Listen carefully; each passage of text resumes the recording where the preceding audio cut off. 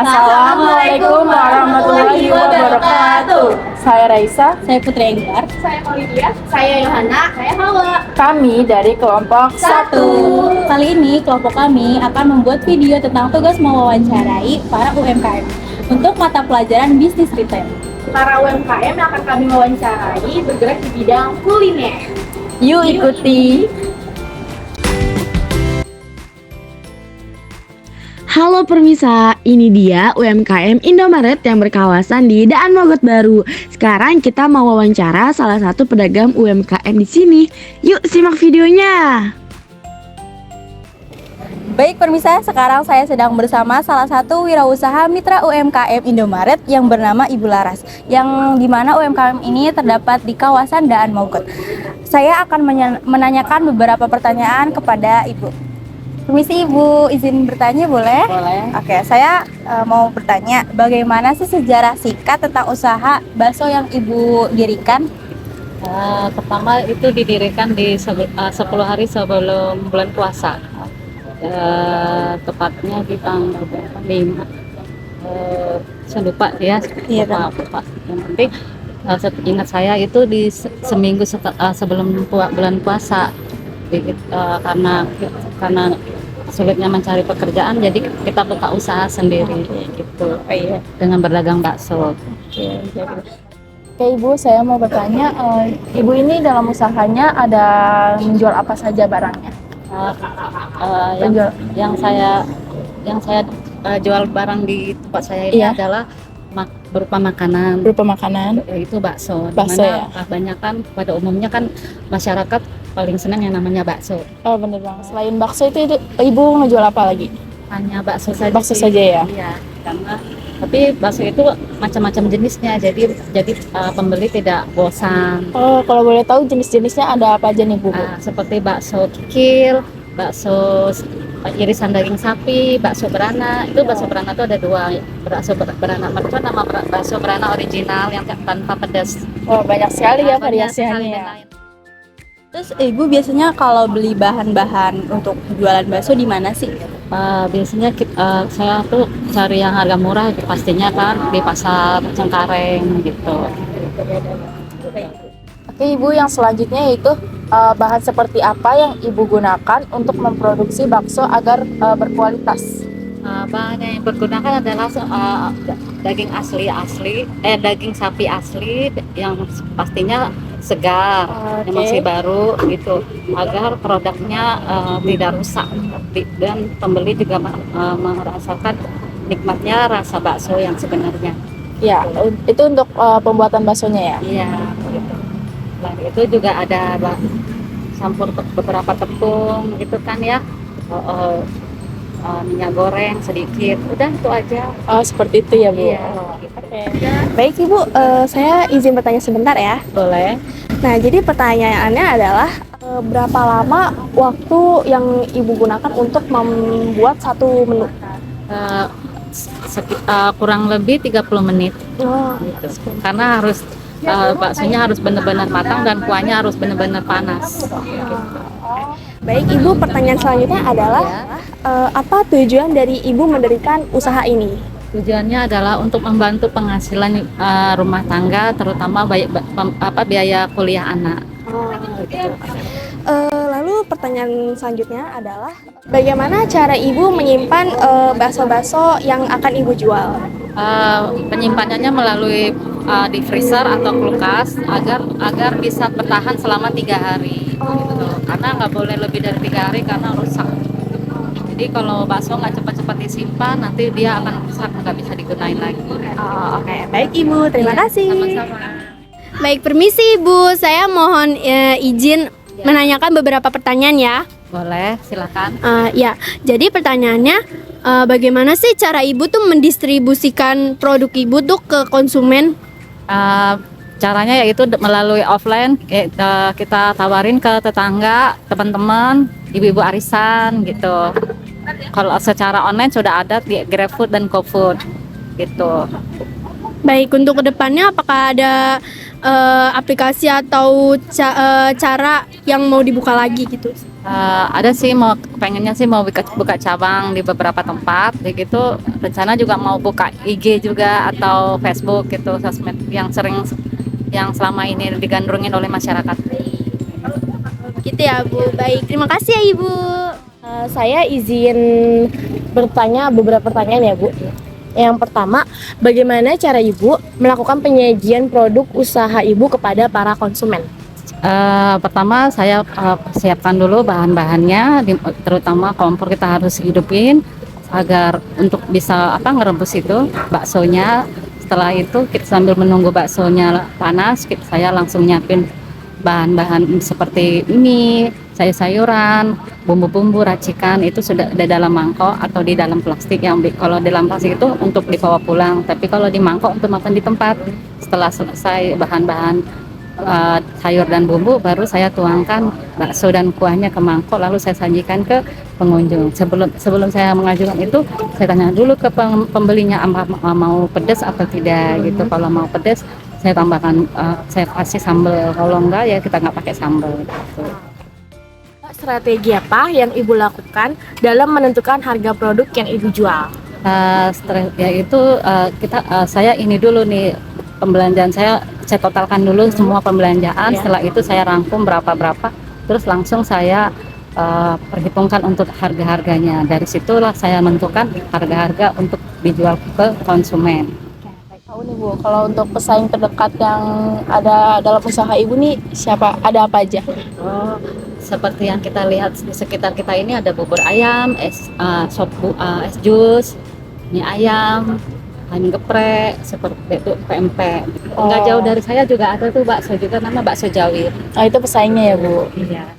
Gimana sih strategi Ibu tuh dalam pemasaran? Misalnya tuh kayak kan tadi promosi juga, terus strategi berdagangnya tuh kayak gimana? Strategi pedagang, maksudnya strategi saya untuk ini biar laku gitu. Ya, untuk memperkenalkan ke masyarakat luas juga.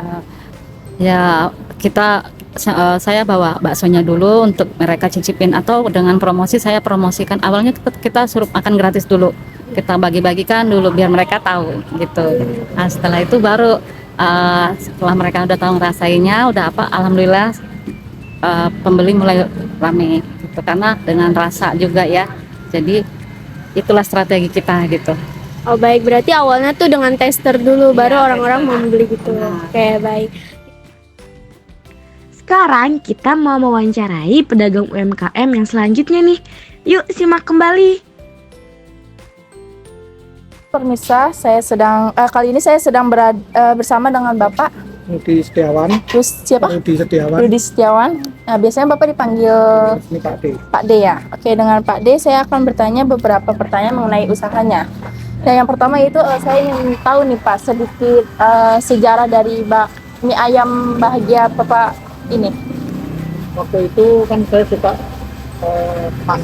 masak dari kecil. Nah, setelah saya keluar dari kerjaan, dulunya saya kerja di restoran, terus saya usaha kuliner ini. Kuliner ya. Nah, kebetulan saya juga bingung mau jualan apa, masaknya, makanannya apa. Ya berhubung saya suka mie ayam, akhirnya saya coba untuk jualan mie ayam. Gitu. Oke, baik Pak. Saya mau bertanya, apa jenis barang atau usaha yang Bapak hasilkan? Saya di sini jualan mie ayam, ya kan. Terus bahan-bahannya kita ambilnya itu dari pasar. Jadi kita olah, kita buat resepnya juga saya olah sendiri, akhirnya jadilah mie ayam ini. Oke. Nah, untuk selanjutnya yaitu Bapak ini asal bahan Bapak yang untuk usahanya ini dari mana nih Pak? Saya beli di pasar, jadi mulai dari mie, saya beli pasar, terus sayuran, daging ayam, semua kita ngambil dari pasar. Oh, diambil dari pasar langsung ya, nggak kayak dari toko lain gitu? Enggak. Misi Pak, izin bertanya ya. Kira-kira produk yang Bapak jual bersifat seperti apa? Apakah mudah dibuat atau mudah basi? Atau mungkin Bapak ada pernyataan yang lain? Produk yang saya jual ini bersifat food ya, jadi makanan yang setiap orang itu membutuhkan setiap hari. Nah, lebih spesifiknya saya jual mie ayam. Nah, dari mie ayam itu kalau dibilang mudah dibuat ya gampang-gampang susah sih, tergantung kitanya ini. Terus kalau mudah basinya itu ya kalau bisa ya jangan sampai lebih dari sehari. Kalau mie ayam udah jadi, kalau lebih dari sehari ya kemungkinan bisa basi. Kalau bahannya juga kalau Ah. sehari lewat sehari itu udah juga basi. Bahan-bahannya sebisa mungkin saya habisin dalam sehari itu. Jadi kita stoknya itu kalau bisa sehari itu habis. Kecuali mungkin kalau sayuran atau cabai atau ya apa kan masih bisa masuk ke kulkas gitu. Oke, baik, terima kasih Pak. Permisi Pak, saya izin menanyakan beberapa pertanyaan ya Pak. Yang pertama, berapa lama waktu Bapak menyajikan mie ayam ini? Untuk menyajikan mie ayam ini dari memasak mie-nya sampai kuahnya rata-rata antara 2 menit sampai 3 menit lah satu porsinya. Apa tujuan Bapak mendirikan usaha ini? Tujuan saya mendirikan usaha ini untuk mencari keuntungan itu pasti ya kan. Terus saya kan juga hobi dalam masak-memasak. Jadi dari hobi saya itu ya saya salurkan untuk jualan mie ayam ini. Yang terakhir, bagaimana cara Bapak menyimpan produk mie ayam yang sudah dibuat?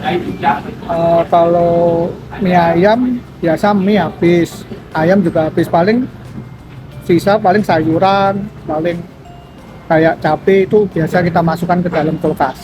Itu masih bisa dibuat untuk besok. Baik, terima kasih ya Pak. Baik Pak, permisi. Oke, Izinkan saya untuk bertanya sebentar ya. Nah, jadi pertanyaan pertama adalah apa yang Bapak lakukan untuk mendistribusikan produk Bapak kepada konsumen? Cara mendistribusikan saya ada 2 cara. Pertama lewat promosi, kita masuk ke Shopee Food, ke GoFood itu. Jadi istilahnya pelanggan itu pesan lewat aplikasi. Terus yang kedua kita jualan langsung, makan di tempat. Kadang pembeli juga datang kemari langsung beli gitu. Sih Pak, saya izin menanyakan beberapa pertanyaan pada Bapak ya. Ya, pertanyaan pertama itu bagaimana sih cara Bapak menyajikan makanan ke konsumen? Biasa kalau konsumen beli itu ada yang makan di tempat, ada yang dibungkus. Kalau yang makan di tempat otomatis kita akan menyediakan tempat duduk, kursi apa seperti itu. Kalau yang dibawa pulang biasa kan dibungkus. Nah itu kita pakai tempat buat bungkus mie ayam styrofoam gitu. Seperti itu saya menyajikannya. Baik, lalu bagaimana sih cara Bapak itu menetapkan harga mie ayam yang akan Bapak jual ke konsumen? Cara menetapkan harga mie ayam itu saya hitung dari modal semuanya yang kita belanjain, sama kita juga lihat dari pesaing kita. Jadi rata-rata ya kita hitung, jadi nggak terlalu rendah juga nggak terlalu tinggi, jadi hampir samalah antara pedagang mie ayam itu.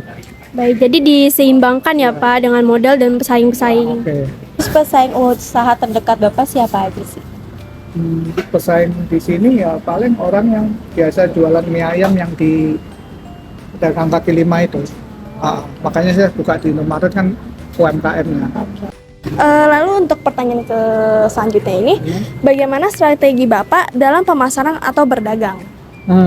Strateginya pertama kali waktu saya buka mie ayam itu, saya kasih kayak kuis. Jadi biar konsumen itu tertarik mie ayam, tapi ada kuisnya.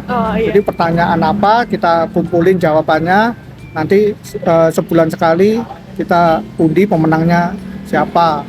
Terus waktu kemarin, waktu zaman corona itu kita kasih hadiah masker. Jadi setiap pembelian mie ayam 1 kita kasih masker 1.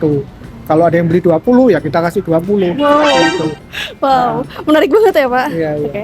Baik Pak, terima kasih sudah menjawab. Nah, itu dia nih wawancara pada beberapa UMKM di kawasan Dan Mogot Baru. Ternyata menarik juga ya pemirsa. Buat pemirsa yang tertarik bisa langsung mampir aja nih ke UMKM Indomaret di kawasan Dan Mogot Baru. Segitu aja dari kami kelompok 1. Jangan lupa like, comment, and subscribe ya. Thank you for watching. Bye.